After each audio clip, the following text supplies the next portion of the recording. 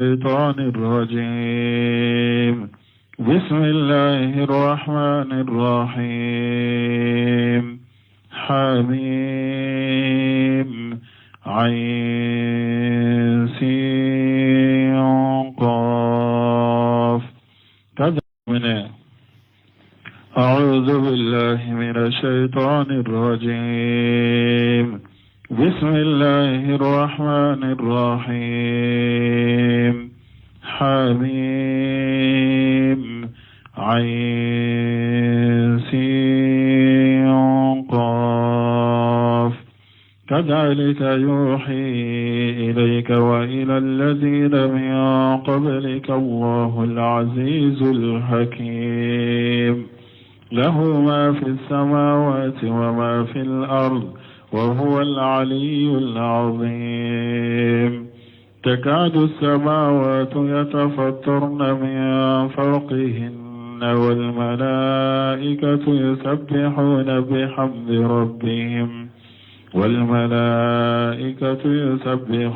بحمد ربهم ويستغفرون لمن في الأرض. ألا إن الله هو الغفور الرحيم. والذين اتخذوا من دونه أولياء الله حفيظ عليهم وما أنت عليهم بوكيل. بسم الله الرحمن الرحيم. والصلاة والسلام على نبينا محمد وعلى آله وأصحابه وسلم تسليما كثيرا. سبحانك لا علم لنا إلا ما علمتنا إنك أنت العليم الحكيم. أستغفر الله الذي لا إله إلا هو الحي القيوم وأتوب إليه. اللهم انفعنا بما علمتنا وعلمنا ما ينفعنا وزدنا علما. بيكاري سوي هجريا باكلي أني كمناني أني بيناني أني الشيخ. شهر المحرم minye hijriya sankalo folo besunyo muganay. miladi nasaraw ka jate bafula ani muga ani woro sankalo wolon fulanna besunyo durunay. ambe dawdabu masjid raja ambo kono. أعوذ بالله من الشيطان الرجيم. تفسير سورة وهي مكية. من سورة أجينا كتشيدين تم مكة سجدلا وياسرو أما هجرة كتا مدينة. أنكو سورة من جينا تشيدين كتم مكة هجرة sura njigina ka yoro bafo ma ko makka sura a hijra len ko fe katam madina sura jigina ka wala jigina ka yoro bafo madina ka ni sura jigina ka ciden sigide to makko ya sura ma hijrate aka aya uye bi duru ni saba sura into sura أتغدي فنا حميم عين سين قاف. مناسبة التسمية من سورة تغو وللن السورة لأن السورة بين المسلمين من أهم الدعائم تثبيت ملكهم ومن أهم وسائل التحقيق مصالحهم. munna sura in togo dara ko sura ñogo hakkili ñini parce que hakkilina ñini fule ka ñogo hakkilina ñini himba de do ko munum be silamu kan mara sabati bolo a fenba do de ye mogo ka sigi ka hakilinaw di ɲɔgɔn ma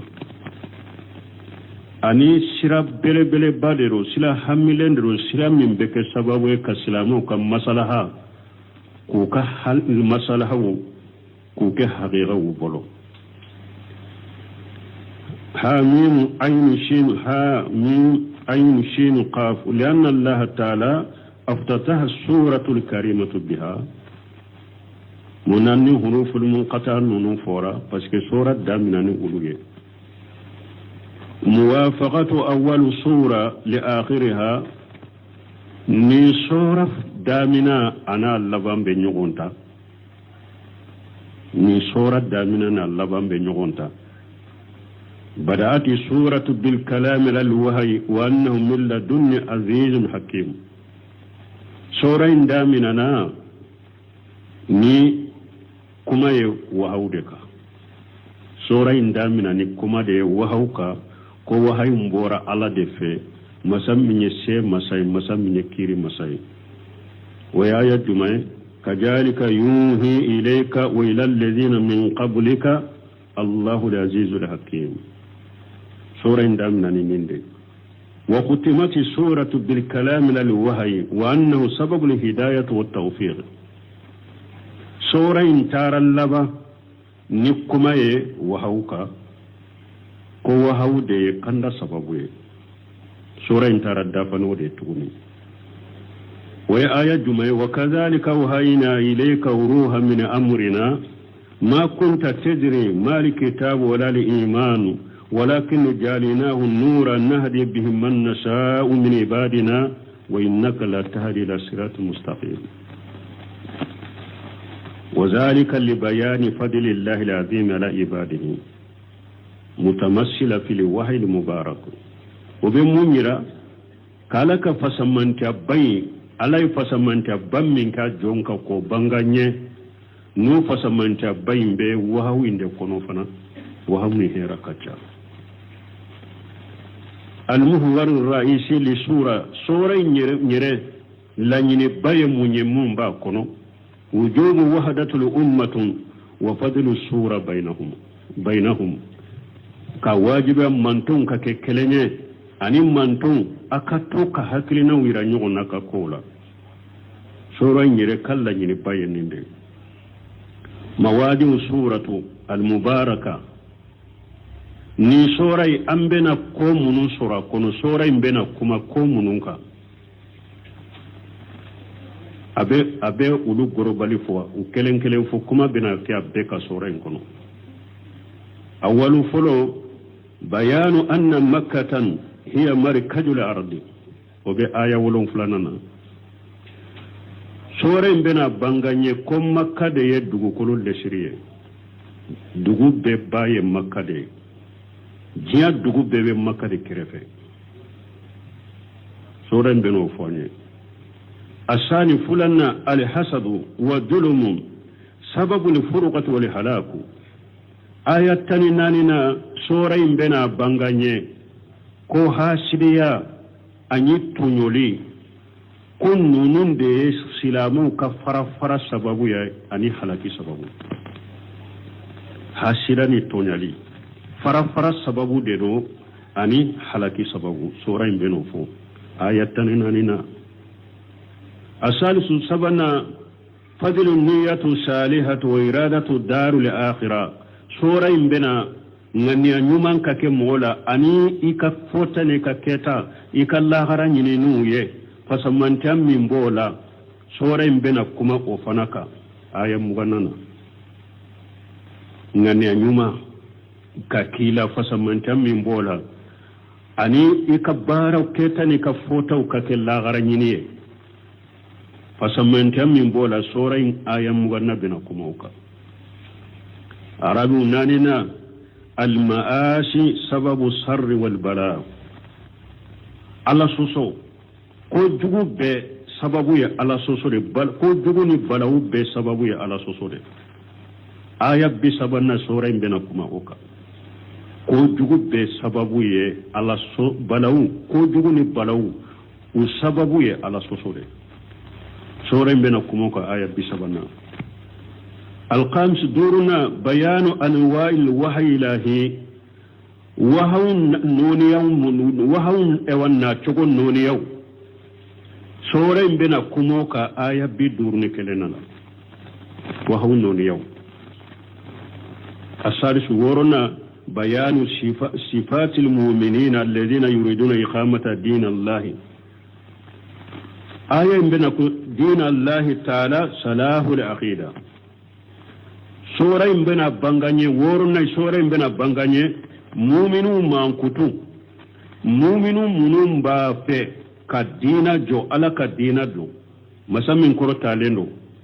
donc ala beno taman chefo ka fo ye jumaye salahul aqidati aqida nyali mu'minu munum ba fe ka ala kadina jo unum mankutu ye jumaye aqida sahle ni aqida masahadina tesaka jokoy sore mbuno fanye yoro juma aya bisaba an woro istinabul maashi sore mbena fanye kwanka nyire soso anka nyire koloshi ala soso la abuno fanye aya bisaba an wolon fulana التحلي بالأخلاق الطيبة خاصة العفو سورة بنا anya mariya an kan yire masiri ni jogo nyuma uye kere kere li boleka kaya fa muhoma jogo nyuma sora imbena kuma jogo nyuma ka kere kere ka kaya fa muhoma obena fo aya bisaba ani woron fulana en kono tukuni al-istijabatu wal istighamatu ala amrillah hada madenka ala jabi ikatile ala koka sura buna fonya beno fonye aya bisaba ani shigna al-inayatu wal hifaz ala iqamati salati haqqullah wa ita'i zakati haqqun nas sura imbena kuma hada madenka salli an kan janto sallila an ka sugulani salli kan janto sallila salli alaka hakede kan janto jakabola waye hada madon ka hakke sora imbiro fanye aya bisabani segina konunala tahqiq sura bainahum munugo musawara ani nyugo haklina haqiqa sora imbina kumu o katuguni aya bisaba ani segina inshallah nun sura bina kuma nunun ka ni sura imbina ba kitabu nye faida munun fana fo akono ni ala ya bando iran nano fana fo suratu sura wa hiya makkiyatu a'udhu billahi minash shaitanir rajim bismillahir rahmanir rahim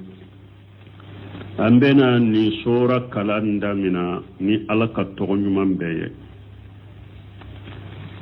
arrahman nema la bolen tigide alay الرحيم نعم الله شبغد علي ناب نعم الله شاك جمومنون الآخرة الرحمن يلك من كتود الرحيم يلك من كتود الرحمن يلك تقود الرحيم يلك تقود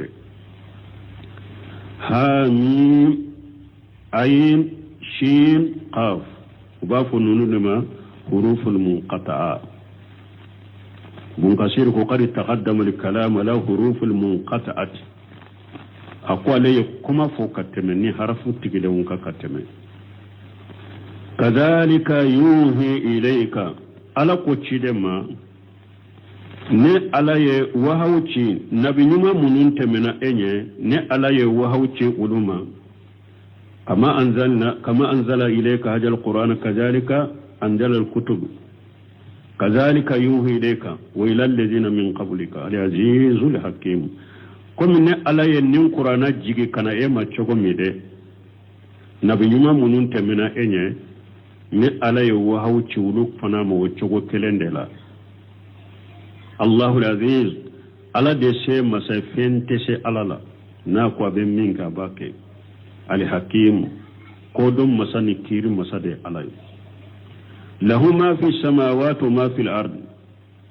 fengo fembe sanka bawolon fulala ala de tado fengo fembe duguma kolon fulala de tado wa huwa al-aliyyu al-azim ala de masakoro talenye ala de masabay takadu samawati yatafattarna min fawqihinna atora sunu de sanka bawolon fulaka ewa ki kaboyo nyogonna kabo danfin kunna nu dimnana alay wal malaikatu yusabbihuna bihamdi rabbihim malikaw fana be subhanallahi fo nu butigi alatanu wa yastaghfiruna liman fil ardi malikaw be ya fadelike mugoye mugo munum be duguma ala ni yeccinyaye inna allah huwal ghafurur rahim ala de jon sutura bagay nabi ka junubu sutura ye ka yafaye ala de ne malikala walladhina taghadu min dunihi awliya alakum mu'minun yabisi nyugo warewu mina minunte alay nugu wele kafara alaka ku barika nyini kafara alaka ku bato kafara alaka allahu hafizu alayhim ala de wudutti la mo tanga bagay anu sarabaga wama anta alayhim biwakil mamadu nema ebila ko ekulu koroshi ku sara u koroshi lekela u tangali kela nu sara lekela ne alla de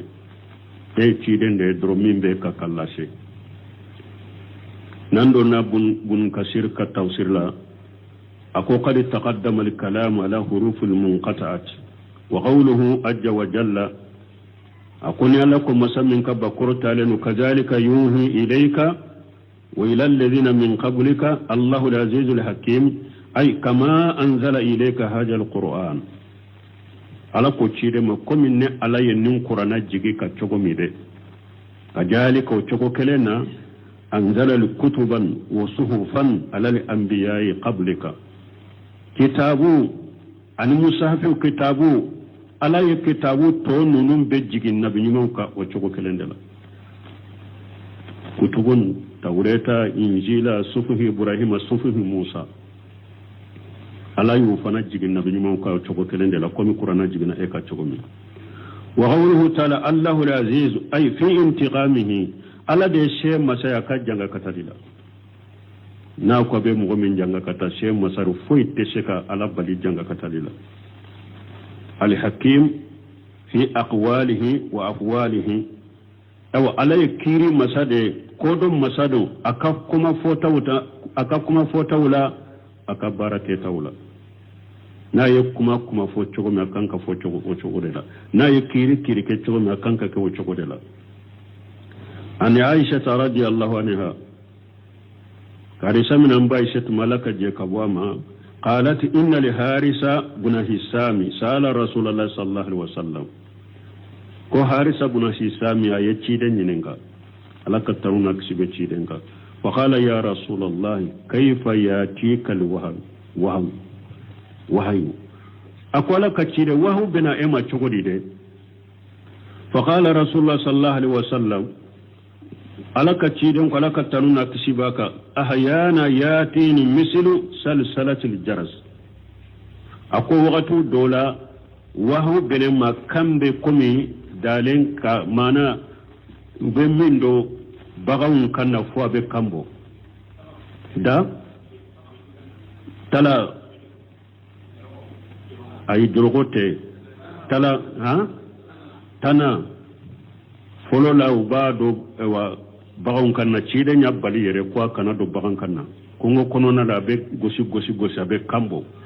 tala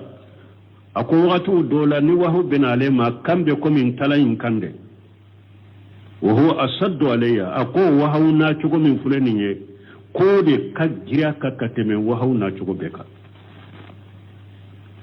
فينفسم أني ني وهو إن كان تجرا وهو نا كم بكم إن تلا ني كان تجرا كبونا وغد أويتم وغد وأيتم وباسر وغد وأيتم ما قال أباسر من فورا وهو كنو نيوتانغا كبا ni kambe tige yoromi dro abasur min ba kono nyotanga wa hayana aquwatu dola fana yati al malaku rajulan fayukallimuni ikhfa'i ma yaqulu ako waqtu do la fana wahu na to waqtu do anna wati ana to do fana be ko malika bena le ma ko mi hadama den de ko mi cedo abena ma hadama den saura de la aba kuma nyogonya ka wahu foaye na ye min fo aba tanga ka dushi قالت عائشة رضي الله عنها أم عائشة قال كجي كبواما فلقد رأيته ينزل عليه الوحي في اليوم الشديد البرد أم عائشة كو علي تشيدني كو وحو بيجيغا كدونا دومين كسوما كجريا نيني كجري كتمي كسوبي ni ayaha ya ni wahau jigira tshiden ka be tshiden ye fayanfashimu anhu wa inna jaminahu sallallahu alaihi wasallam la yatafassadun araqan ko abaye ibaye wosi de bettige tshiden tenna kasura do iba suru domin kan ne ka gele kateme dombe ka ni wahau jigina ka ni wahau bettige ka bwaka tshiden te funteni de bettiga tena ilmanke ni wahawu naka giraka wa qawluhu ta'ala ni ala qala min qurtalenu lahu ma fi samawati wa ma fi al-ardi ay al-jami' abidu lahu wa mulku lahu femu fembe sankaba wolon fulala femu fembe duma ko wolon fulala abbe ala ka jonunde abbe ala ka marafeunde tahta qahrihi wa tasrifihi abebe laka karabali de koro ani alaka nyana boli wa huwa al-aliyyu al-azim ala de masa korta lenye ala de masa bay aw qur'ana aya bina nin chongola al-aliyyu o bebe alaka sanfela legira wala be sanfe min beye delilay qur'ana sabbi ismi rabbikal ala al-aliyyu donc nunun ni anyu konan abebe alaka sanfela legira wala be sanfe de ni aya be komi ka qawli ta'ala kuma laka kuma al-kabirun ala de masabai al-muta'ali na qurtalenu ala de masabai na qurtalenu wa huwa al-aliyyu al-kabir wal ayatu aya wala wa huwa al-aliyyu al-kabir ala de masaqurtale ala de masabai wal ayatu fi hadha kasiratu aya munum bena nunu na nyona la qur'ana la kacha ko ala qurtalenu ala kabo قوله ناكو تكاد سماوات يتفطرن من فوقهن قال ابن عباس رضي الله عنهما أي فرخا من الأجمة ناكو كون سوني سانكبا ولون فلاتم بتشي كبو نغنا كبو دامفين كنا ابن عباس كو مانا نوسرنا على كبو نيكرو نوسرنا على كبو نيكرو على نسرنا نوسرنا على كبو نيكرو سوني تمبتشي kabo nyona kabo hada damfin kunna wal malaikatu yusabbihuna bihamdi rabbihim aw malikaw fana beswana la foke nutigi ala tanuni wa yastaghfiruna liman fil ardi malikaw bayya fadelike moye mu'minun beddugo koloka qawlihi ta'ala min bekum ni ala ko ala min korotalenu alladhina yahmiluna al arsa wa man hawlahu mu'minun bake kala malika munun bellare shita ani malika munu bellare shikrefe yusabbihuna bihamdi rabbihim ubesmana la foke nutigi alaka tanuniye wa yu'minuna bihi ubelli manani alay wa yastaghfiruna lil ladina amanu ubayya fadalika mu'ayya mu'minu liman yara rabbana ubafu antigi ala wash'ata kulla shay'in rahmatan wa ilma ala ya lakan ewa doni e ala kan nema ana ika doni yuru walendo katime fembeka ya ala de kan nema e ala kan nema yuru walendo katime fembeka ya ala ka doni yuru walendo katime fembeka wa qawlu ta'ala ni ala ko ala min qur'talenu ala inna allah huwal ghafurur rahim ala yajunubu sutura bagayna ba awa ayya faye ala nema masai ilamu bijalika وتنويه به على إلى الدنيا ويده أني كا أما كدو ولا كتا إما كي كنو كتاما مانا كايرلا كو على جنوب السطر بغده على يافا بغده على النمالك لده إعلام بجالك وتنويه به دوني كي لا دنيا ولا كو كي لا دنيا ولا كو على ko junubu sutura bagade ale alay ale junubu ya ko bagade ale e wale alay ne malikala de wa ghawruhu ni alako walladhina taqadu min dunihi awliya ya al musrikin يعني المشركين وتي alako mogo munu min fen wɛrɛw mina bisiɲɔgɔ wɛrɛ minnu tɛ ala laɲini jɔnw ye almusirikina musirikiw minnu n'u ye fɛn wɛrɛ wale ka fara ala kan u ye fɛn wɛrɛ bato ka fara ala kan u ye fɛn wɛrɛ barika ɲini min tɛ daga barika ɲini min ye ala ka hakɛ k'o kɛ danfɛn ye ala kan bɛ olu de ma allahu hafidu alayhim ay shahidu ala amalihim ala de ye seere ye ninnu kan baaraw kan وهشيها باب التنغا باب الجاتي كاب التنغا ويؤدها أدى كاب الجاتي كلين كلين وسجديه بها أو فرل جاجاي أو أبو سراك فنسرد فليها يوم القيامة دو مشركو كبارا كلو شركلاي على دي التنغا لكلاي على دي الجاتي لكلاي على دي أيا بكلو شي كاب التنغا ونوفي كاب الجاتي ونوفي أو أبو سرابيلا سرد فليقيامة وما أنت عليهم بوكيل إتو كلوسي بغير إتو تنغ بغي أي إنما أنت النذير ما مري بغبغ لكلادي والله ولا كل شيء وكيل على دي فين بتنغ لكلادي أنا كروسي لكلا نصر لكلا يكون يبغبغ لكلادي درو وكذلك أوحينا إليك قرآنا عربيا لتنذر القرى ومن حولها وتنذر يوم الجمع لا ريب فيه فريق في الجنة وفريق في السعير ولو شاء الله لجعلهم أمة واحدة ولكن يدخل من يشاء في رحمته والظالمون ما لهم من ولي ولا نصير وكذلك alako chidema komine alaye wahawuchi nabinyuma umachogo nabinyuma munun temena enye awhayna ilayka qur'ana awanyo qur'ana chi kana yefana mo chogo kelendela komi nabinyuma munun temena enye ne alaye wahawuchi uluma chogo mi nye qur'ana fana ke wahawuye ka chi e fana mo chogo kelendela arabiyan qur'ana arabu kande litunzira ummal qura pour ikadugu jiya dugu belleshiri jiya dugu beba alla yene munye duga jiya dugu belleshiri mugo ikulu bagabagani qur'ana yi wa man hawlaha ani jiya dugu be makka teref donc ni nya yiranna abe dia mugo minye akadiaye ama dia mugo minye akadiaye ikadugu be makka terefere ikadugu ye makka abe makka terefere makka kabbo ikadugu ye ikadugu kera chogo ikajamana kera chogo makka kabbo aye abe makka terefere abaye makka de alesire makka de makka kausaye ode akodugu ba ani dugu be makka terefe ukon ni je jiya dugu be yasa abe be makka de terefe wa tunzira yawmal jam la rayba fihi ani qur'ana jigina ika punu kam mugo baga donna domi ni bebe faranyogon ka domi ni sikata la faranyogon ka do ika mugo baga ni o dom fanaye sikate domina fariqu fil jannati wa fariqu fi shayr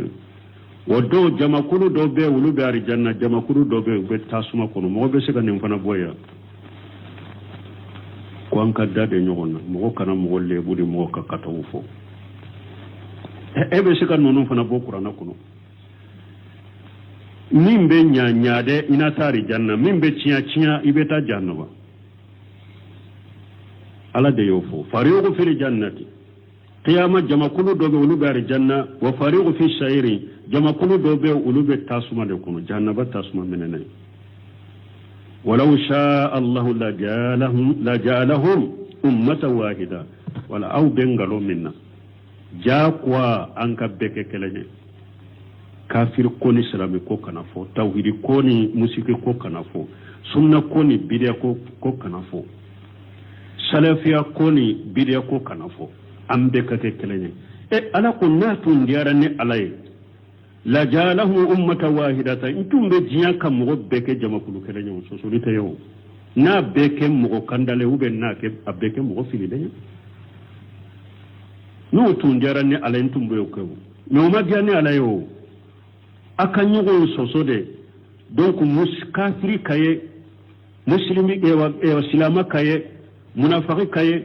mu'mini kaye tawhidi tigi kaye mushriki kaye musunna mugo kaye bidiya mugo kaye ne akanu ne adda hada madunda ninde kama na tun kadi yawu be ngalo minna wudu tumbe ngalo minna la tumbe ko ka beke jama kulu kele sosolite ye benake kafiri ye uba na beke mu'mini ye na tundera len tumbo kew walakin min alam mo kede ni mo tila de yulqilu man yasau fi rahmatihi na mo don kan nema la munu nyen kanu nu kabara ni ka inu ye nema sababu ke nu don kan nema la ninka je munu nyen nema barake wa zalimuna tunyali kelam ma lahu min wali wala nasirin yawmal qiyamah bisi mu ñogonte sorolu boloye demalikilate sorolu boloye uluna tatasuma kun yaqulu ta'ala lako ala mun kortalendo kama awhayna ila li anbiya'i qablika kuma mar komi nyawa hawci katan nabi mama enye chogomi awhayna ilayka qur'ana radiya awa nyqur'ana fana wa hawkana emarabu kandelo ay wadihan jaliyan bayinan qur'ana ajelende do wadiha jelendo jaliyan pas abangalendo jelendo abangalendo pas jelendo abangalendo qur'ana jigna rabu kanala litunzira ummal qura wa hiya makkah purika dugu be lesri mugo ukawlu bagabagani qur'ana wa man hawlaha ani dugu be makka kerefe ay min sha'iril bilad sharqan wa kharaban jiya dugu to makka tile bonyoro na tile binyoro dina dugu to be makka de kerefe ina be baga no qur'ana wa summi'at makkatu ummul qura wa makka wala ko dugu be bamunna makka wala la ko dugu be lesri munna لأنها أشرف من شائر البلاد parce que makka do kortaleno kateme jiya dugu tobeka makka do kortaleno ale de kausa kateme jiya dugu beka be o be diamenya na dia no ma dia pre makka dugu kausa ika jamana yi makka dugu kanyi kateme ka jamana ka a dugu kanyi kateme ka dugu ka ala de yote bunka shirkum munna puru akum munna makka welela ko dugu be lesiri parce que ale do kortale no kateme jiya dugu beka li adillatin kathiratin madhkuratin fi mawadiha aw ko della chama ko so fanaha della chama ko so derila munu ubebe uyorola ubebe boyorola ado be qur'ana yaw kono ado be hadisa sahalen kono delila kacha delila min bayira ko makka de kausan jinga dulu beye ema yimbalimo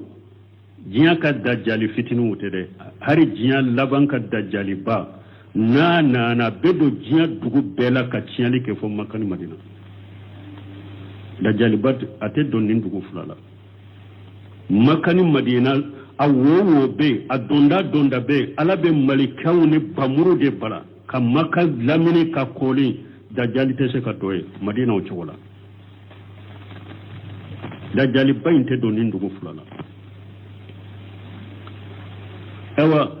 makka ni madina fana nun dugu fula u kawsani jiya dugu be silamiya damina na wulude rabella ba wulude ni mugo ko silamiya be e bolo aw ka silamiya kanyi ka teme makka ka silamiya ka madina ka silamiya ka aya yire nege ngalo mo do be se ka soro akausa mogo do be se ka soro dinya yoro do akausa makka ka mogo do ye mogo do be se ka soro dinya yoro do akausa madina ka mogo do ye me ka fo dugu do de be min kausa makka ye ube dugu do de be min kausa madina ye ate fo na ya yere nege ka fo dugu fana be islamiya kanyi kateme makka ka ube dugu be ka global islamiya kanyi kateme makka e madina ka wote fo na ya yere nege sidan ko inna li imana la ya'jiru ila al madinati kama tajiru al hayyata ila juhuriha sidan ko madina akol limaniya akwa be boli kam jiyan laba ni limaniya ciyana dina ciyana jiyan europe akol limaniya be madina de nyini kata fara nyogon kai ko min ni sa bora ka dinga kono ni ya giya be boli kana do ka dinga kono chugomi jiyan laba limaniya be boli kam madina nyini wo chugode la na ciyana jiyan europe na chugodo la inna al islam la ya'riju bayna al masjidain ako silamiyai ko abe fara ɲɔgɔn kan silamɛ ɲuman bɛ fara ɲɔgɔn kan misiri fila de ɲɔgɔn cɛ makka misiri alikaba ani madina misiri cilen ka misiri cilen ko silamɛya bɛ fara ɲɔgɔn kan a ɲuman kɔni n'i b'a ɲini fo ka taa diɲɛ wuli surunya a b'u fila de la ka tɛmɛ diɲɛ yɔrɔ bɛɛ kan ni mɔgɔ min ye jamana wɛrɛ tanu k'u ka silamɛya kaɲi ka tɛmɛ makka ka silamɛya ye u bɛ k'u tanu k'u ka silamɛya kaɲi ka tɛmɛ madina ta kan i y'u nɛgɛ u yɛrɛ y'u yɛrɛ nɛgɛ o tɛ ni silamɛya poyira o de y'a to dɔnnikɛlaw ko n ye ni hadisa min fɔ hadisa sarabaw ko nin y'a yira silamɛya kunfɔlɔ a poyira ka bɔ nin dugu fila de la ka diɲɛ bɛɛ sɔrɔ awa laban fana n'a tiɲɛna diɲɛ dugu bɛɛ la a bɛ laban ka segin ka na fara ɲɔgɔn kan ka sabati nin dugu fila dɔrɔn de kɔnɔ a ɲuman hara filɛ sisan diɲɛ jamana si tɛ ko silamɛya ɲuman bɛɛ ka Makka ni Madina bɔ a tɛ diɲɛ jamana si tɛ fo n'u ye mɔgɔ minnu nɛgɛ u bɛ jama minnu tanu n'i t'a sɔrɔ ko kaburu wa bato ɲɔ ɲalen bɛɛ i bɛ hadamaden bato ɲɔ ɲalen sɔrɔ i bɛ bida ɲɔ ɲalen sɔrɔ i bɛ sɛbɛw kafiriya ɲɔ ɲalen sɔrɔ u bɛ se ka fasamantan Makka ka cogo di olu ka silamɛya bɛ se ka ɲɛ ka Makka ka silamɛya bɔ cogo di u ka silamɛya bɛ se ka ɲɛ ka Madina ka silamɛya bɔ cogo di wa silamɛya ɲuman bɛ Makka ni Madina de Makka de dugu bɛɛ lesira ale de ka fisa ni diɲɛ ka dugu bɛɛ a kɔrɔtalen don ka tɛmɛ diɲɛ ka dugu bɛɛ kan wa n balimaw nin diɲɛ hɛrɛ bɛɛ bɛ tawhiditigiw de bolo fana ni sunnamɔgɔw ala faamu salafu sali o de y'a to ni tawhidi bɔra diɲɛ kɔnɔ don o don diɲɛ bɛ wuli o dalilaw de b'an bolo dɛ ciden ko wa ko diɲɛ bɛ wuli mɔgɔ juguw kan ala bɛ fiɲɛ sumalen dɔ de nati a bɛ mumini ni tawhiditigi mumini o fiɲɛ sumalen ba bɛ nin mina ni olu nin minana tawhidi bɔra diɲɛ kɔnɔ a ko diɲɛ laban bɛ to mɔgɔ minnu bɛ to diɲɛ kɔnɔ hayi Allahu tɛ fɔ diɲɛ kɔnɔ ala bɛ diɲɛ wuli olu de kan tawhidi banna diɲɛ kɔnɔ don o don diɲɛ bɛ wuli ala ka hakiliman d'a ma ومن أوزج ذلك وأدلته وأدله bunkasiri ko ne ale ko ni dalila caman de bɛ olu bɛ u fɔ yɔrɔw la kuranɛ ayaw ni hadisaw kɔnɔ minnu b'a yira ko Makka de kɔrɔtalen ka tɛmɛ diɲɛ dugu bɛɛ kan a ko o dalilaw do suruma ye mun ye ani o dalila a fasamante mun ye min bɛ dalila yira na kosɛbɛ ka tɛmɛ bɛɛ kan ko Makka de ka fisa diɲɛ dugu bɛɛ ye a ko ye jumɛn ye anna rasulallah sallallahu alaihi wasallam qala wa huwa waqifun بالجورة في سوق مكة بالحجورة في سوق مكة قدولا وتشيدن جولي يورو دوبي مكة سوق دوبي وبافاما الحجرة مكة سوق دوبي قدولا كتشيدن جولين تو يورولا تشيدن كو والله إنك لا خير أرض الله أقول مكة ما كو والله نكلني عليه alaka dugu koro yoro bɛɛ fasamante ye dɛ n kala ni ala ye alaka dugu yoro bɛɛ fasamante ye dɛ wa habbu ardullahi ila allahi ayiwa alaka dugu koro min ka di ala ye ka tɛmɛ dugu koro yoro bɛɛ kan Makka de don Makka de ka di ala ye ka tɛmɛ diɲɛ jamana bɛɛ kan ka tɛmɛ diɲɛ dugu bɛɛ kan akode alaka dugukolo pasamantie alaka dugukolo yoro min kanyi kateme dugukolo yoro beka wallahi ededo dugukolo yoro min kanune kateme kata alama kateme dugukolo yoro beka makadedo walaula anni ukhrijtu minki ma kharajtu ninne kamoto manne boyikono ndebo wayre tumami ni mushriku ye ewa bembembe sigi ko ku kafaga ala ya nyamariya ko ka hijira ke kaboy donc a hijira to a boto de a jorani yorola kanin kuma fo ko wallahi kalnani alaye alaka dugu yoro herama ala ede kausa awa alaka dugu yoro be ede kausa katima alaka dugu yoro to beka ewa ede ye alaka dugu kolo kanune kata alama alabe ede dugu kolo yoro min kanune kata alama makade do katime duma dugu kolo beka wallahi minne kam mo to manne boyla ndebo akonne nya della surmade makka kausa jinya dugu beye be silamiya bala katime jinya dugu beka aka silamiya kanyi katime jinya dugu beka sis antafo ewa makka silama munum be silamiya mi ko kata utala do komi fawjani yere ya fo chogme akanto fo de ka fo kata ute pew akanto fo kata ube me ubetila ni konna njiya ude duguma ko kata ube dilade ako hari ciden la jene kila usorola ye haddu bowlaw do mi naw sorola ye haddu borulaw ka fo yoro do be ke ko ala sosote pe o talaw ciden yere tilela ciden ye ka jama kawsani jama be mogo do tumbe do mi na be haddu bola do be kata ubu soro be jene yake haddu be bola yoro tesika ke ko ala sosote o yoro tesika ke ko e wasilama ko no kata ute me unu ka kata munum be haru bolo anu ka kata unu fo kawsa jiya yorobe kasilama kanyi kateme jiya yorobe ka wa qawluhu ajja wa jalla ma alakum masammi kabwa kurota lenu wa tunzira yawmal jam wa huwa yawmul qiyamah ani kabba bagalike kamo bagaba faranyogon ka don o ya qiyamah don yajma'u Allahu al-awwalina wal akhirina fi shay'in wahidin qiyamah do ala be folo mo ni laba mo ba be faranyogon ka kene kelenka la reba fihi ay la sakka fi uquyihi shikkaten nin do inkeli la koy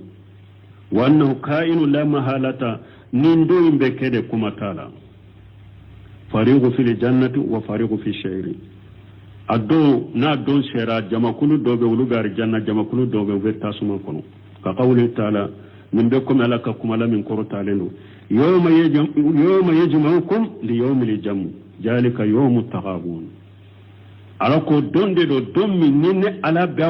fara nyogonka o donde ye nyogondan doye o donde nyogondan doye dobe u kabaraw be u seddagare mo betar janna do mu barani mo be bedana beta janna ba nyogonda do nyode ay yaqbilu ahli aljannati ahli an-nar arjanna dunko be tasuma dunko unda arjanna dunko be tasuma dunko unda wa ka qawlihi ajja wa jalla nimbekum alaka kuma masamin ka bakorta lendo inna fi jalika layatan liman khafa ajaba al-akhirati aw alako tawman sebenin qur'ana la mogo yede mogo min be siral la garaka la jabakoro jalika yawmu majmu'un lahu an-nas wa donde ala be hadama dem be faranyugonka abe be faranyugonka wa zalika yawmu mashhud wa donde sere ya donye donde sere donye malikaw be sere ka ika baraga fu be sere ka yere ka sufu be sere ya ika nabinyimu be sere ya ika chide be sere ya ika وما نؤخره إلا لأجل معدود نعلم أن دوي مكونو في فوي فو سرتي دوري بالا سرتي من جاتي لن رمسي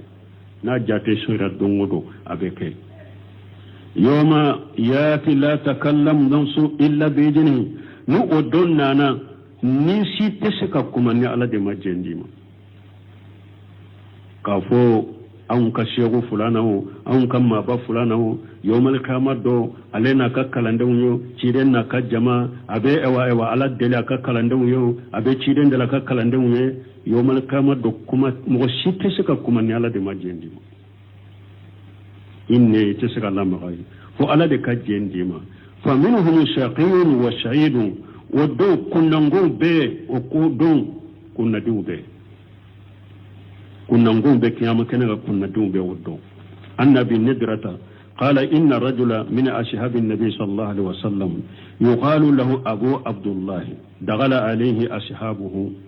يعني يجورونه من أبي ندرة أكو تشيدو تشيدن كشيبو لو بافما أبو عبد الله ko ceyin to ñogode donna kaw tara foda ya surabana bagatodo fawajaduhu yabuki wiye abu abdullahi soro abake kakasi faqalu lahu ma yubkika ukama ko ewe kasimunna alamu yaqulu laka rasulullah sallallahu alaihi wasallam ko yala laka cide maddele ka fo eyewa alaka tanuna na kisibe ciden ka khuz min sharibika summa aqirrahu hatta talqani ako ikannun kurusu do tige ka bola ika sabato ka fikin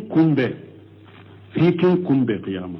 mana uba fika hakli jigin munna ciden ya fayale ko alebe ciden ya fayale ka ba ko abe ciden kumbe ko qiyama ko nin kuma ma foya e kasiku parce que salafu ni sebo tumben ninge ngo fasamanta munun do nu do nuka ewa usikara ini sayala no donuka pour nous va fu hakili sigi ini jigi nyuman kashe alama donc fasamanta munum bwe uye beto ku fo ikoro ebe siramuna alama ni fo e kakola ebe siramuna chide man ni fo e kakola wa uya hakili jigo odela chide nyi min faye ko innun koro sitige do tige ka bola ikasa o sabati fo ikin kumbe lara yala cide ma foye kaba koiba alaikum be nyonya lagara ni nyen sonja de ni hera do de na fora le kaba yen fo pour ka hakli sigi ni ma foye wa qala bala quhu cide nyen ni fo nay walakin samaitu rasulullah sallallahu alaihi wasallam yaqulu akum alayya me cide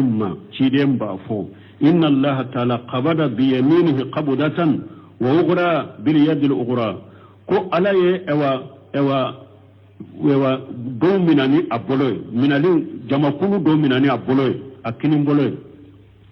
ayi jamakulu wore minana ewa bolo wore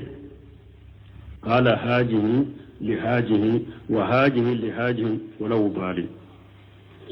ayi jamakulu mununche ni akini boloy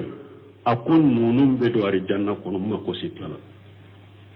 ayi jamakulu mununche ni abolo wore akon nunu panay jahannaba taye makotala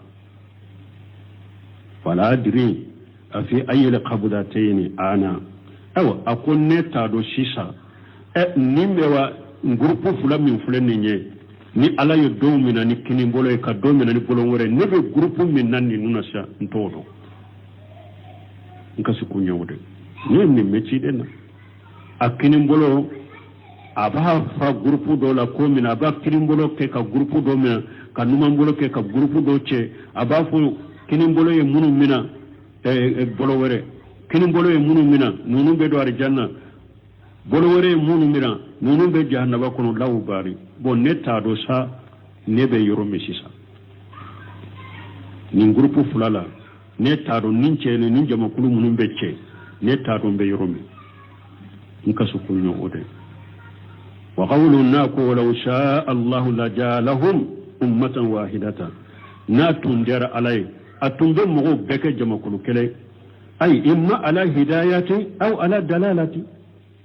ناتون جار علي بجيا بك جمع كل كلي إما أنا ببلا كندك وبنا أببلا فيلك ولكنه تعالى من على من كرو تعالى فوت بينهم أي هذا ما دون بنيون كرو فهذا من يشاء للحق أيام مغو كندا كتاتشيما منو كندا لياجيا ودل من يشاء عنه أيام مغو فيلي منو فيلي لي على جيا وله الحكمة والحجة البالغة حكمة كودون دو دبي على بولونينا أن هوجا ميشيلين أداما ولهذا قال عز وجل من دكوسو علاكم مسمين كبكرو تالينو ولكن يدخل من يشاء في رحمته akome alabe mugo do kan nema kono mogo munu nya jiya nu ye nema barake wa zalimuna tonyalikelau munu fana jaga kata barake ala be ulu bila tasuma kono ma lahum min wali wala nasir bisi nyogote soru bolo de malakila to soru bolo wala balemo ala ye jama kulu munu fo ku kar janna dawnye e jije ka ke wulu ngale ala yo fo ayan wero kono ya ayyuhalladhina amanu taqullaha wa kunu ma sadiqin ako mu'minu ayesira alanye akake ka faratiya tiku kare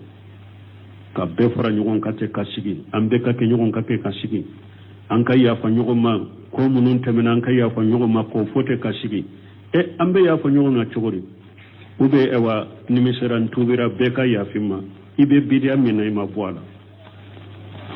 ngo ewa abne hasan al-ashari ngo tumame tumbele ashariya shiraka atubira ka bwala aya bila fo juma dende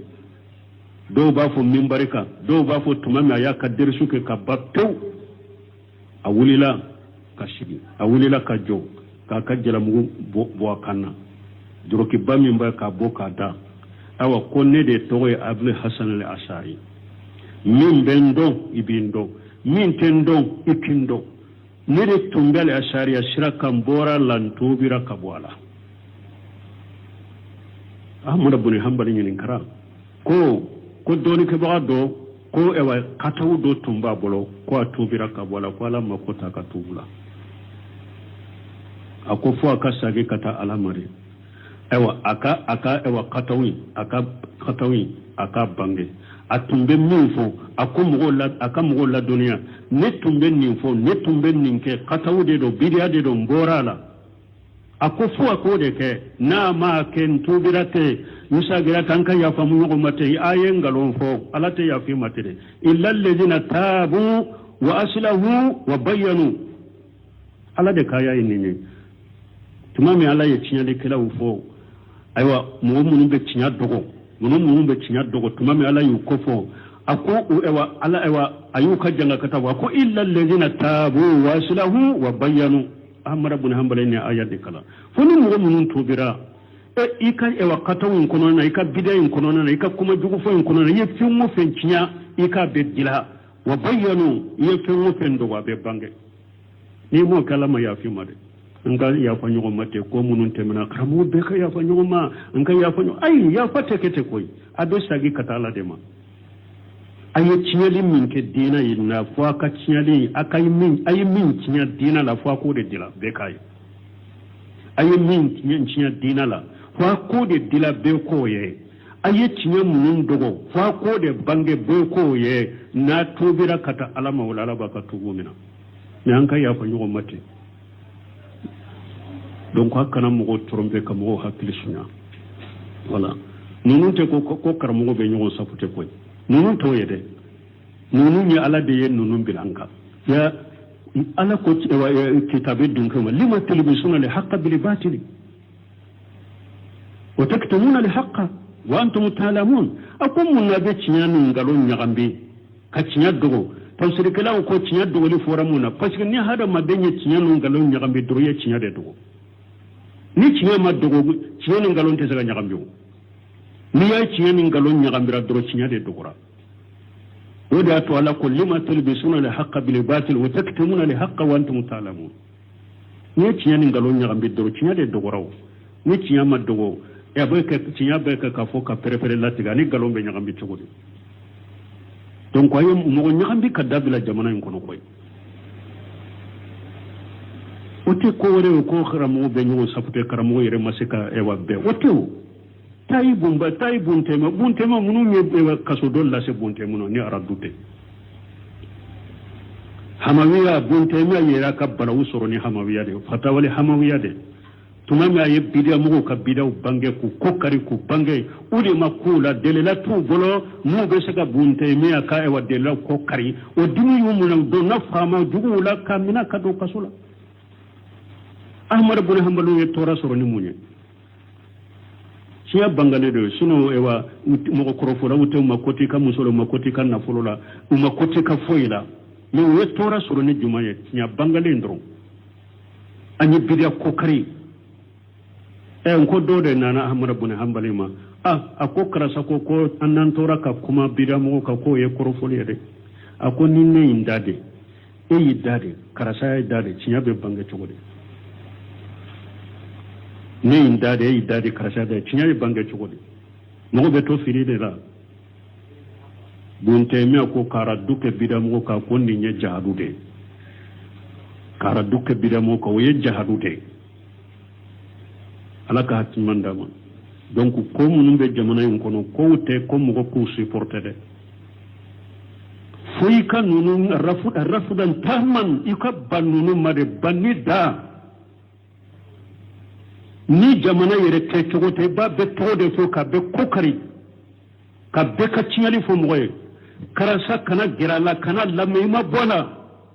ayen nin fo ayen nin kete o yere de sariya mais o silamiya faamu te jamana kono te se ka ke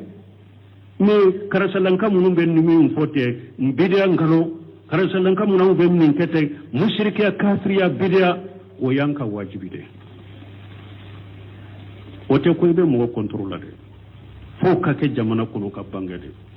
sey Muhammad ibn Salih Uthaymeen yo de fo akom mo munum ba fo ko fitina sirani kama an kan dade cinyala fitina sirani kama akwa be dadeli minna de ki dade cinya foli la na te bangare ako fitina kabo kateme wa makuni ki dade fitina ki dade kataw bangeli ki dade kabwala de ako balaw kabo kateme niya fo fitina mimbala no shemu yo ninde fo akiki dade bidiala ki dade katawula ako dadeli katawula dadeli bidaka ako fitina mimbola balaw mimbola ako balaw kabo kateme a bangeli balawuka ana bangeli fitinaka laka hakimandama manne diya bidia kulu jama kulu te useminu togofe ute albani togofe ute bombaji fe ute sani fawjanu fe fengure tew uye nyakade go ka worola para itiri dare uye de go ka worola ulu lebude nunu diya bidia jama kulu lebude ku lebude bangay beye jinya beye ni mo mu yu lami yu kitabu kala itu kano itini bida jama kulu kanu fo kata jinya wuli te faruka fana odi ya tu feo alaka tumandama wala uka kitabu fana be kala de ube kala de na ye fenwo fenye kono amba fo amma fo kwambe ya utoko fo fo parce que ako kana fo silamiya ma jamana ma silamiya fam mais mogo munum be nin fo bete mogo munum be fo nin bete o te sala bila jamana en kono de min be tile ni ti tile ta be fo e puis ni ima tilala bi fura ka boy wallahi ala be mogo nati nin jamana kono ni sunna be jo wa in tatawallaw yastabdil qawma khayrakum thumma la yakuna amsalakum ni aw ya kodi ka banin dina bangelela ka banin tina cinya jolela jamana kono ana baw fale ka fura ka boye pew abina mugo natin uben nin dina sunna cinya fo kan ni salafiya fo ulu teke kuma wuyo ko da to selu faji fawjani ko ako an te sira ko dina be cinya ko